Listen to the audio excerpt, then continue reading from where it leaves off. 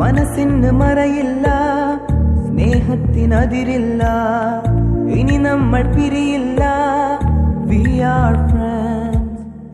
പുസ്തകത്താളുകളിൽ അക്ഷരത്താളുകളെ ഒന്നായി തുറന്നിടും. We are friends. ദുഃഖങ്ങളിൽ കൂടെ നിൽക്കാം, സ്വർഗങ്ങളെ സ്വന്തമാക്കാം.